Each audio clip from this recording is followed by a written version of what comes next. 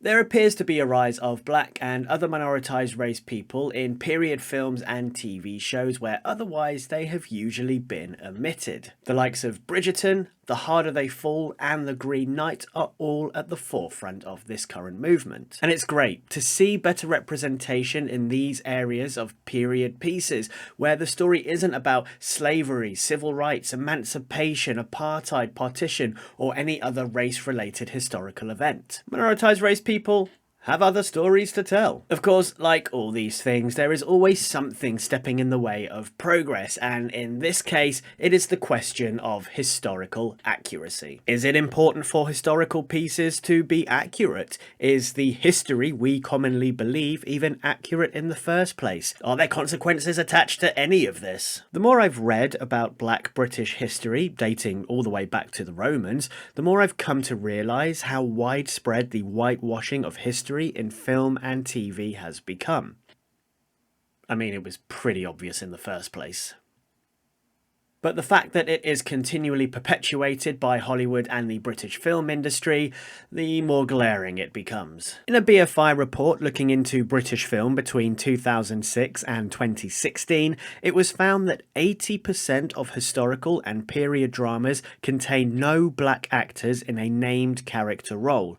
War films were at 79%. And some of the historical films coming out around that time that had a majority black cast included 12 Years a Slave, Selma, and Mandela: Long Walk to Freedom. You might see that there's a commonality between those films. The timeline I notice the most when people talk about black people in our collective history is slavery in the US, started by the British and before them the Portuguese, emancipation in the US, started by the British, segregation in the US, civil rights movement in the US, and the Windrush generation coming to the UK. The history is stamped by these markers and nothing else ever happened, apparently. And it always appears that film and TV is working so hard to keep things this way when there is so much more that can be told. And so my question to you is, what even is historical accuracy when the history we are taught is limited to a very narrow viewpoint? Actually, a great example of this arose in early 2020 when dipshit Lawrence Fox accused the film 1917 of forced diversity for its inclusion of one Sikh soldier, Sepoy Jondala. Fox had to very quickly backtrack from his statements when he was informed that actually 100,000 or odd Sikh soldiers fought for the British Army in World War I. Hands up, how many of us were taught that one at school? But we see this similar acceptance of history as is, without question, without examination, coming up time and time again, most recently coming up with Christopher Nolan's cast for his upcoming film Oppenheimer. The film is slated for 2023, starring Cillian Murphy as J. Robert Oppenheimer, the man labelled the father of the atom bomb. The current collection of actors listed to star in the film are all, as it appears, white, with many people on Twitter sharing this picture in support of the historical accuracy of the film. Now, with a title such as Oppenheimer, there is of course a high chance that the film will be following the life of J. Robert Oppenheimer and his work on the Manhattan Project, as opposed to just following the Manhattan Project by itself, by which case Oppenheimer the man may not have come across very many minoritized race people in his life, and therefore there isn't need to have them in the cast for this film. That being said, this is not what people were arguing on the internet. Obviously. No, people were arguing that of course the cast is all white because take a look at this one picture plucked off of Google that shows that everyone that worked on the Manhattan Project was white. This is disregarding the fact that 600,000 people worked on the Manhattan Project, and no, not all of those 600,000 were white. There were in fact many black scientists who worked on the Manhattan Project.